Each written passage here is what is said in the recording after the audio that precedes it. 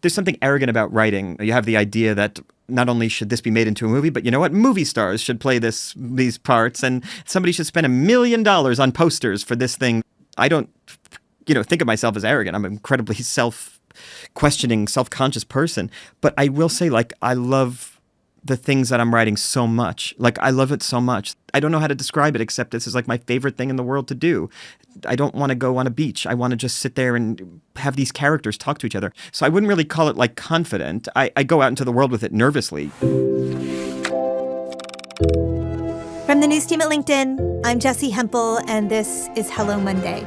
It's our show about work on our own terms. Now, if you're here today in the studio, it's probably because you, like me, endeavor to do work to get paid, but you also really want to love your work. And maybe if you're lucky, those things converge. More often, they come together and then they split apart, and then they come together and then they split apart, right? Well, today we're going to talk about that tension. And we have an incredible guest, folks. You probably know him as an actor. His name is Jesse Eisenberg. I first remember Jesse in this film called The Squid and the Whale, way back in the day. But more likely, if you're just coming to his work, you probably remember that he was Mark Zuckerberg in The Social Network. I know last year I loved that Hulu miniseries, Fleischman is in Trouble. He was Toby Fleischman. Now, in addition to acting, Jesse does so much more. He is a director, a producer, a screenwriter. And right now, he's having a moment because he has this great film out. It's called A Real Pain. And he produced it, directed, and acted in it, and also wrote it. And folks, this film is up for 2 Oscars, including one for Best Original Screenplay. I mean, the writing on this film. You'll see. Look it up. Anyways, today Jesse joins us in the studio, and we are specifically going to dive into his writing, right? Because that is Jesse's calling. That is the thing he can't not do, the thing he would love to be doing most of the time. It fits into his career, but it isn't all of his career. And understanding the relationship between the writing and everything else, well, it unlocked something for me. It unlocked the tension that I feel in my own work, and I bet that it will do the same for you. Stay tuned. It's a little bit of both. I was doing children's theater, and that I didn't choose. I just wanted to be with my older sister who was doing it. And then I would say it started becoming something that I would consider maybe having more agency in when I really started having trouble in school, and I was 13 years old, and acting for me gave me kind of an outlet. Originally it was really just to get out of school, because if you're in a play, you get to leave on Wednesdays and you have to rehearse for weeks. And so for me, acting, I would say I pursued it at about 14 years old when I realized this can help me get out of school.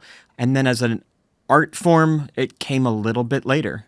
Yeah, right. It came a little bit later. At what point did you decide my adulthood is going to be the adulthood of a working actor?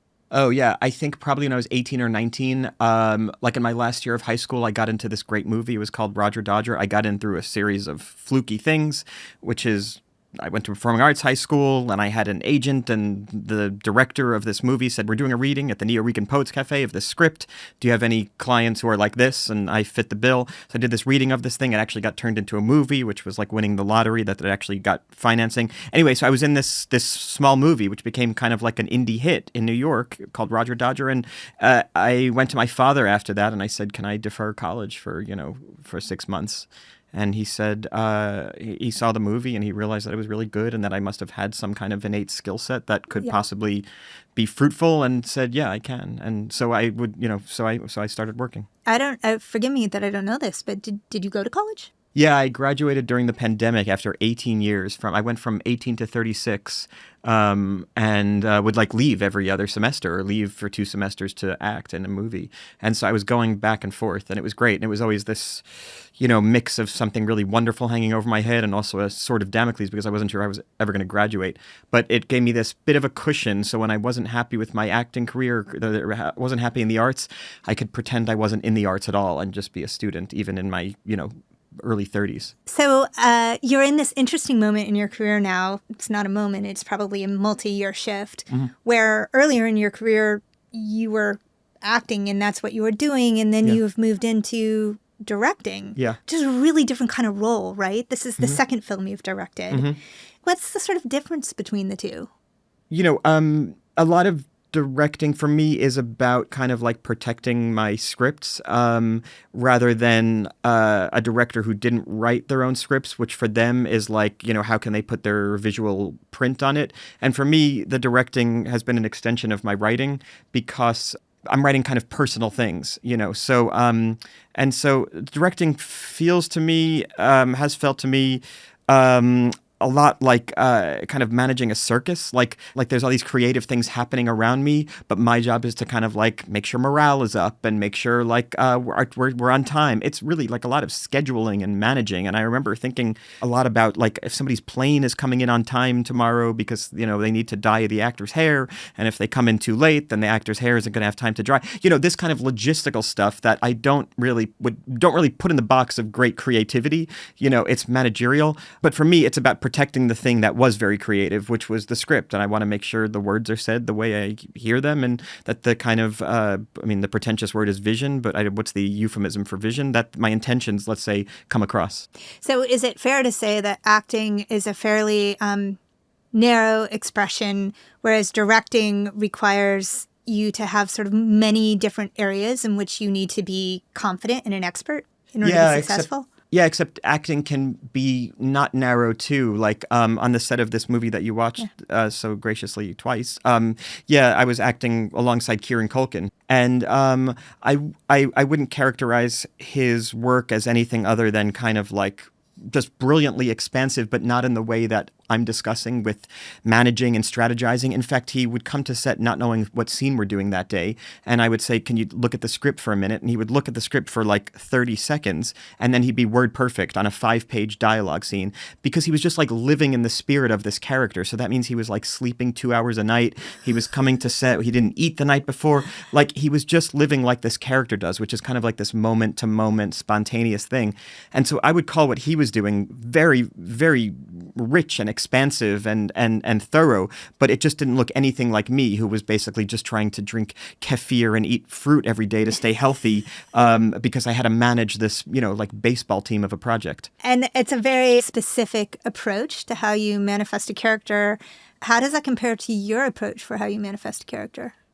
I've been really driven by just anxiety on set, and what I've been doing and what my acting teacher has kind of helped me do is all of the anxieties I feel of being on a movie set and being, having these demands of having to emote at the exact right time in front of a bunch of strangers, or having to be happy on cue, which is not a thing that I naturally, tend to anyway. Like all that stuff is, she said, all the anxieties I feel about my job, about having a close-up on your face that's going to be blown up on a screen, use that in the character. So I have all this kind of this nerves and this stuff in my body and emotions and being anxious and almost want to like, I feel close to like crying during the day because I'm panicked and the set is big and I'm there, and I just channel that into what my acting is, and it enlivens the characters and makes the characters have real feelings, because I do have real feelings, even though I'm not feeling the same circumstantial things as my character. The feelings are very similar. So that set of feelings that you're describing would make me think that maybe personally a job is not for me. Is directing something that you want to continue? Yeah, I like doing all of it. I mean, the real truth is two things. One is that I feel like I'm in a very unstable industry, right. And I feel like if I'm not doing 15 things at a time, none of them are going to happen. So that's one thing. And then the second thing is I like all this stuff. I really do like it. My next movie that I'm directing is like a musical, and I've always wanted to write music. So this is giving me the opportunity to kind of stretch that muscle and write music. And I just want to like do everything that I possibly can, because I feel like it overlaps quite a bit, but also because that's the stuff I really just like. Yeah, I hear that. So I want to talk a little bit about what writing is like for you. Oh, sure. When did you start writing for yourself? Oh, thanks. Yeah, I started writing like jokes when I was like 14. I found them recently. That was when I started really writing, I would say, with like a voice. What I mean by a voice is, I guess, just like you could read one joke and another joke and see that it came from the same person, yeah. Which is important for writers, that they have, they have some kind of spark inside that, allows readers to to hear a voice, even if the characters are different, even if the voice is being filtered through different stories. And so that's kind of when I started writing. And then I would write screenplays when I was 16. When I was like 19, 20, I wrote some scripts that got sent because I had an acting agent, got sent to producers in LA, and the scripts were optioned, not with money. They didn't pay me, but they optioned it for a year or whatever and tried to get it made. None of the scripts got made. Right. And then when I was about 22, I gave my comedy scripts to this brilliant guy, Bob Odenkirk, who's a great writer and now a very famous actor. And he just yelled at me for an hour about how I'm writing these big commercial comedy scripts. And he said, you're a young artist. You're a 22-year-old artist. Why are you writing this impersonal stuff? This is the time you should be experimenting. You should be writing poetry on your wrist. And so basically, I put that stuff down and I started writing plays. And that's where I really found my voice professionally, because I'd had a lot more luck writing personal theater. And that's the sort of the commercial journey that your writing took. Mm-hmm. I'm curious, because I really see your writing as more of a calling. Yeah. I'm curious if it feels like something you could not do, that you could put down, and where it fits into your actual daily life. Well, I'll say before I started writing stuff that I knew would be produced, which is like to say plays or an essay for the New Yorker. I know I have like an in there that they'll publish my humor stuff. And so before that started, I was writing really obscure, weird stuff.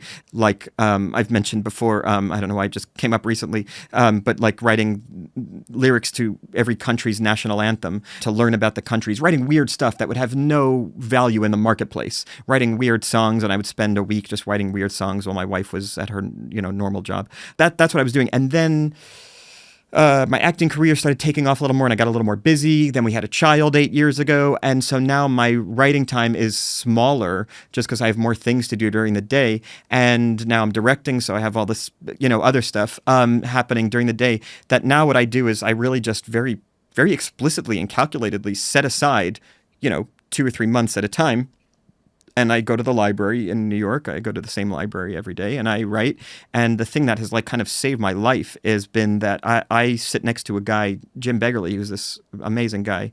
And he writes his own scripts and I write my own scripts. And we kind of, we help each other during the day. And it has changed everything, because I used to sit in my apartment and just around my dirty apartment, and just looking around, being disappointed that I didn't clean and just struggling to write. And now I go to a place that I don't have to clean and that I have a person there who keeps me on task, kind of.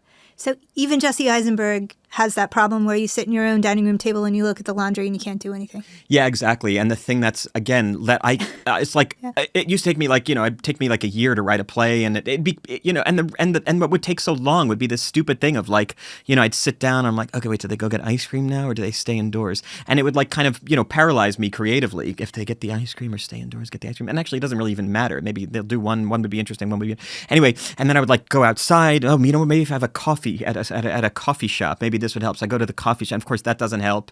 And then you go home, and then time has passed, and you've done nothing. And now I go to the library. I sit next to Jim, and I'm writing for a few hours. I say, Jim, should they go to the coffee place? And he knows what my story's about. Or do they go to the ice cream place, or they stay home? He goes, oh, why don't they stay home this time? That's it. And then I stay home, and the thing is equally good. And maybe the ice cream thing would be good too. But just to have an answer. You're talking about a framework and accountability structure that you made up for yourself. That Exactly. work because they exist. I got so lucky. When this thing happened, when I met this guy, Jim, who's a phenomenal writer in his own right, when I met him, it was just life-changing. And so what I've been able to do is right now basically just make my time so that I can just, basically have a script every year so that I'll never be not busy. And my acting jobs can kind of come and go as they normally do, which is to say, as frequently as something completely unstable and unpredictable, and I'll always have a script to direct. I'm very curious about when your creative aspirations fell in line with what a commercial market might want. That is a genius question, a absolutely genius question, and something I think about all the time. And God, that's such an insightful question because of the following. I read a lot of good scripts, and I have friends who write a lot of good things. But my biggest criticism of it is always, this is great. There is no room in the marketplace. Do you see what is coming out every week? Do you see what people are seeing? And I'm not saying that you should, reverse engineer your things to be commercial. I'm just saying they have to be something that can exist in the world. And movies don't have to be for everybody, but they have to be for somebody. And so I'm incredibly aware that when I'm writing something when I have those 3 months off, when my wife very generously agrees to pick up my kid every day so I can stay at the library, what I do is like make sure that thing has like just legs. And I'm not saying I'm reverse engineering my thing. It's just like my new movie. I knew I could make a movie that cost $3 million, but if I set it in Poland, it could have major scope. That you could be shooting in Poland and it could look like a big movie because the movie's a road trip. So it innately feels like it has scope. You see what I'm saying? Yeah, totally. It also feels to me like you seem very cognizant right from the beginning in your projects around the cost structure for what you're ultimately creating. And I'll give you an exact example of what I mean. Yeah. The music in A Real Pain is so particular and really brings the whole story to life. And I know because I produce audio is free. Yeah. And that was by design, right? Yeah. I mean, I love Chopin. My movie takes place in Poland, but I was writing this script at a time where I was editing my previous movie, and it cost us like $15,000 to get this nightclub song that no one ever heard of. And it was just basically we're at a pressure situation, and they said it's going to cost $15,000 to have this song that you barely hear in the movie in like a nightclub scene or something. Right. And I was just like, I cannot believe this is the process. And so as I was writing this movie, A Real Pain, that took place in Poland, I started listening to Chopin, and then I thought, let's just have all Chopin music, and it will give it this great sophisticated tone, even though the characters are behaving like kids. And it served a lot of purpose. It served a lot of, great purpose. And yes, you're exactly right. It was totally free because it's public domain. So on the creativity front, now this movie exists out in the world. And so people like me, we're talking about it. Right. But you probably haven't touched it in a little while. Yeah, exactly. Does it feel really far away to you? Yeah, especially because I'm knee deep into my next project. And I partly do that on purpose because I'm so uncomfortable with scrutiny. I imagine people who are not in the arts might think that people in the arts have this great thick skin because, look, they deal with rejection all the time. And, you get 10% of the jobs that you try out for or whatever. And most writing gets rejected. But no, I have incredibly thin skin. And so, like, the fact that A Real Pain is coming out and people are talking about it, and most of the things are overwhelmingly positive. But, even if I hear a little crack in the positivity or whatever, even if somebody doesn't say the exact right positive thing, it just breaks my heart. So I'm always trying to have, like, the next thing on the horizon because there's truthfully nothing I could do about A Real Pain now. I cannot change a frame of it. Right. And so, like, it is what it is. And I want to move on. So I have had very talented actors in this chair who have said, I never read a review. And others who have said, actually, the review is like really critical in my process. I'm curious where you fall. Oh, I just started reading just for A Real Pain, basically because this is like the best reviewed thing I've ever done. And like I'm getting, Searchlight, as the company puts it out, they put me on these lists. And so they'll say, please read this positive review. And they're sending it to like 60 people who work on the publicity team. There was a really positive review that called me as an actor an acquired taste. And I was like, what, I'm an acquired taste? And so even though the review is like a rave review about the movie and even saying, I love Jesse, even though he's all I came away with was I'm apple cider vinegar or something. So these are not the most helpful things to read. Yeah, well, and look, you're talking about the ways in which you might feel badly about yourself, but I would think that there's a risk for your creative person feeling good about yourself after reading a review too, that it actually might start to inform your creative process if you're like, this is what the world wants from me. You are so insightful, and this has been my problem in the last 2 weeks. It's exactly my problem the last 2 weeks, which is that I'm reading these positive things as I'm gearing up to make my next thing, and it's exactly what you said. I was like, but wait, my next thing has a different tone, or my next thing has a different thing, or wait, it doesn't take place in Poland, and this person only liked the movie because it took place in... And I'm like, yeah, Jesus, I know. And so it's not healthy at all. There's a great, this actress, Laura Linney, who I knew, she said, I never read reviews because I don't want anybody telling me how to do my job. And I thought, oh, that's the best way to put it, which is that, like, yes, reviews are great and important for audiences to read so they know what to see or whatever, how to think about things. But no, for the actual person making it, like, no, I want to do my job my own way. It's so funny that you say that because Laura, sitting in that chair, was the one who opened my mind up about reviews. And Are you serious? Yeah, it was the only episode we... Did she say essentially what I said? Essentially, reviews are bullshit. They tell you nothing. And also, she made another point that was very interesting to me, which is criticism is dangerous and that everybody feels entitled to give criticism and read it as criticism. But true criticism is an art form. And both it's dangerous to engage with it and the internet has ruined it. That was sort of her perspective in 2019. That's really interesting. Yeah. Yeah, I guess. I mean, I think I don't engage with it as. She seems really dialed into her own feelings about it. I haven't really exactly worked out mine. Do you ever navigate imposter syndrome? Oh yeah. Oh my God. But I mean, everybody I know navigates imposter syndrome. I mean, just to give an example, like a play I wrote starred Vanessa Redgrave. She was 76 years old. It was like her first off-Broadway play in years because she'd only worked on the West End and Broadway. She was so overwhelmingly overqualified for the play we were doing in a 185-seat theater. And yet she was at the theater 4 hours early every night panicking that this performance tonight was not going to go well. And like, so when I think about like the question you just asked, you started young, you've been around for a while, do you have that feeling? I'm like, yes, anybody who is like, kind of just worried about what they do has that feeling, because there's really no way we're in this kind of subjective business, which is like, I'm only good insofar as the people in front of me at that moment think I'm good. You know what I mean? There's nothing like you could win awards or whatever, but still, you're being judged moment to moment as a performer, as an artist, as any artist would be. And so it's normal, I think, feel that kind of feeling. Okay, so going back to what you said about your acting teacher, really encouraging you to channel a lot of the feelings that being a director brought up into your work. What do you do with imposter syndrome? I've had some really nice connections with other actors, and, that can be helpful. When you're working with scene partners, you express a similar feeling, and oftentimes the reaction would be, wait a second, you feel that way too? Oh, wait, if you feel that way, then maybe I don't, because I think of you as somebody who's so far above that. When I saw Vanessa Redgrave do that, it made my anxieties about doing the show feel far more founded, And so that's quite helpful, commiserating with other people who I am sure feel similarly.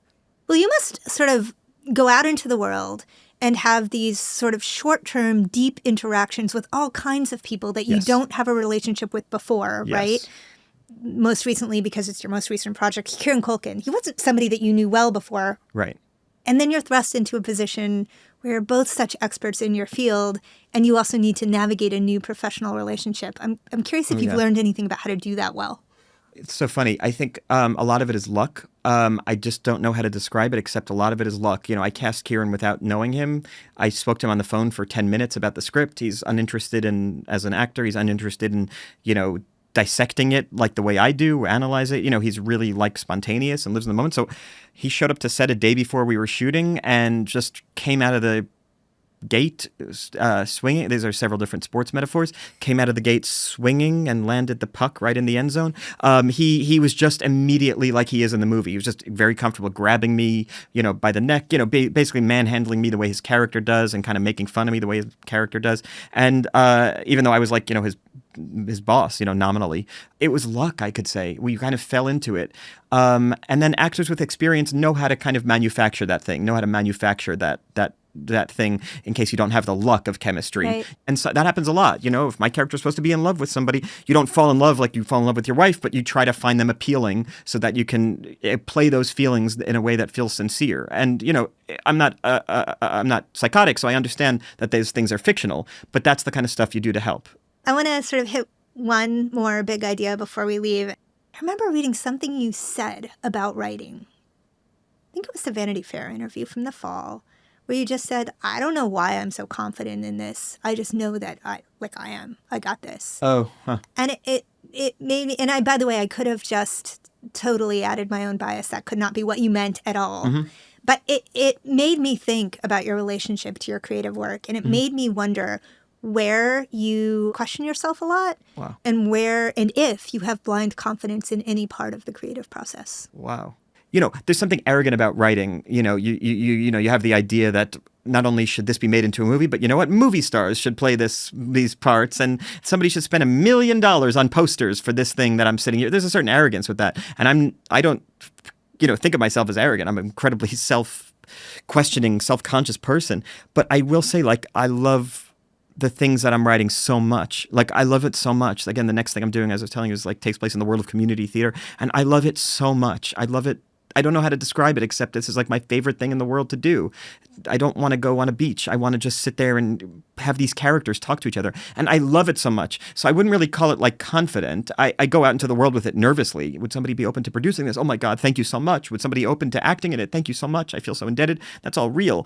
But yet I love it so much. And so I don't know how to describe it except to say that it's possibly confidence, possibly just it just tickles me so deeply. My imagination, I'm not saying I'm good at it. I'm saying the things that are coming out of my imagination tickle me so deeply that I want to pursue them. And then as soon as I start pursuing them and other people come on board, I feel immediately guilty and indebted. I can't believe I'm dragging all these people. I can't believe people are paying for movie posters. But the actual thing of it, it tickles me to no end. I don't know if that sounds arrogant. It's just the only part that I really feel so good about. Well, I think so much about what it means to be living your purpose. And I hate the word purpose uttered on a career podcast because I think we've sort of overblown the idea of purpose. Yeah, good point. But yeah. I'll say, I wrote one book. I probably won't write another because I did not like the selling part. I did not like the publishing part. And I got super lucky. Mm-hmm. And by that, I mean, I had a really wonderful agent who sold the idea before I wrote it. And then I had a pandemic to write it. Right. I had all the time. And I loved every minute of the writing. I'd wake up and it would be, 2 or 3 hours in a day because there's a lot going on as well. And during that time, I would not doubt that I was doing exactly what I was supposed to be doing. I wouldn't, that question, which is always on the surface of everything I'm doing, even gone. sitting here right now, it's just parked for a while. Yeah, I know. And I'm living in the thing. Isn't that great? Yeah, it was amazing. And then it was over, and then the selling part, and that, I could take it or leave it. Yeah. But if I could have that 1.5 years of my professional life back, I would in a second. Yeah, right? of course. And that's sort of what I wonder that's sort of what I wonder if calling might be. Yeah. No one's asked for it. No one is demanding it. You have a publisher and everything, but the world isn't certainly knocking down my door and saying, make a movie. And I'm sitting there trying to figure out, what do I make? No. This is something I feel compelled to do for reasons that probably have to do with, my childhood, Yeah. I wanted to be loved slightly more in a different way or whatever. So yeah, right. I guess that's a calling in the sense that no one else is calling. That was Jesse Eisenberg. If you haven't seen A Real Pain yet, well, what are you waiting for? Go right now and look it up. Now, I gotta say, I loved having Jesse in the studio. He has a powerful intellect and an incredible listener, and I probably could have spoken to him another couple of hours. I leave today thinking about that relationship between the things that we love, the things that we can't not do, and the things that we get paid for. And what I really, really love to do, folks, I love being here with you in the studio, speaking to you, but I triple love writing. And I'm asking myself, how can I make more time for writing, for the things that I most love? Wherever you are, whoever you are, whatever you're focused on, my guess is you have some version of that question too. Maybe it's not writing, maybe it's something else. Where are you making time? Where are you folding it in to the things that you're trying to accomplish? Okay, if this episode meant something to you, I hope you will text it right now to a friend and join us right back here on Monday morning. Thanks for listening.